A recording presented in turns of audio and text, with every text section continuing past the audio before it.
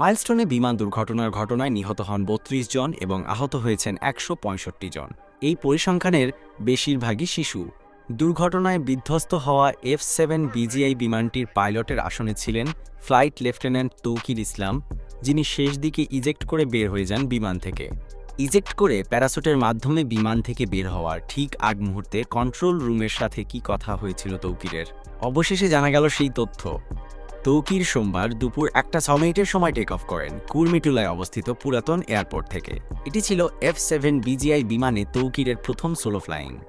তবে বাংলাদেশের মানদণ্ডে F-7 BGI বিমানে সোলো ফ্লাই করার আগে কমপক্ষে আরও ২-৩টা মডেলের বিমানে সোলো ফ্লাই সফলভাবে সম্পাদন করতে হয়।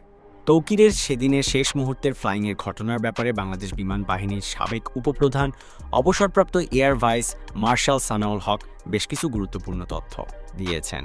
তিনি জানান, তৌকিরের মিশনটাই ছিল রানওয়ের উপরে বা আশেপাশে ১৫-২০ মিনিট ফ্লাইং করা।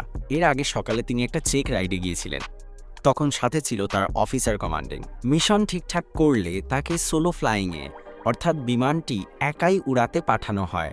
সেই সময়টাতে অফিসার কমান্ডিং নিজে এয়ার ট্রাফিক কন্ট্রোলের পাশে রেডিও ইকুইপমেন্ট নিয়ে বসে থাকেন সারাটা সময়।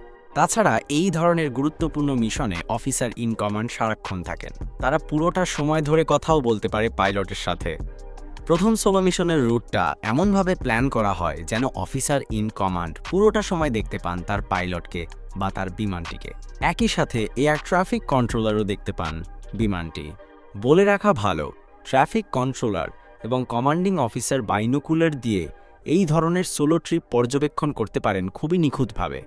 তৌকির প্রথম একটা রাউন্ড ঠিকঠাকভাবে সম্পাদন করেন, তবে দ্বিতীয় রাউন্ড সম্পাদন করে সে যখন রানওয়ে 14-এর দিকে অর্থাৎ টঙ্গী উত্তরার দিক থেকে আবারও টেক অফের স্থানে আসছিল, তখন অফিসার ইন কমান্ড লক্ষ্য করেন তৌকিরের বিমানটি অস্বাভাবিকভাবে নিচে নেমে যাচ্ছে।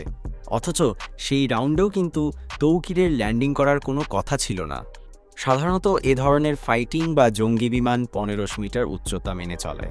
অন্যদিকে তৌকির যে বিমানটি চালাচ্ছিল অর্থাৎ F-7 বিজিআই বিমানটি ঘন্টায় ৬০ কিলোমিটার বেগে চলতে পারে, অর্থাৎ প্রতি সেকেন্ডে ১ কিলোমিটার যায় এই বিমানটি যখন ক্রমশ তার উচ্চতা হারাচ্ছিল, সে সময়টাতে অফিসার ইন কমান্ড তৌকিরকে রেডিওর মাধ্যমে জানান তার বিমানের হাইটটা চেক বা নিরীক্ষা করতে। এমন নির্দেশনা পেয়ে পাইলট রজার অর্থাৎ কপি বলে উত্তর দেন। তৌকিরের মুখ থেকে উত্তর শোনার পর কমান্ডিং অফিসার ভেবেছিলেন হয়তো কোনো কারণে উচ্চতা হারিয়েছিল বিমানটি। তবে কয়েক মুহূর্ত পরেই কমান্ডিং অফিসারের ভুল ভাঙে। তিনি পুনরায় লক্ষ্য করেন বিমানের উচ্চতা ক্রমশই অস্বাভাবিকভাবে কমছে।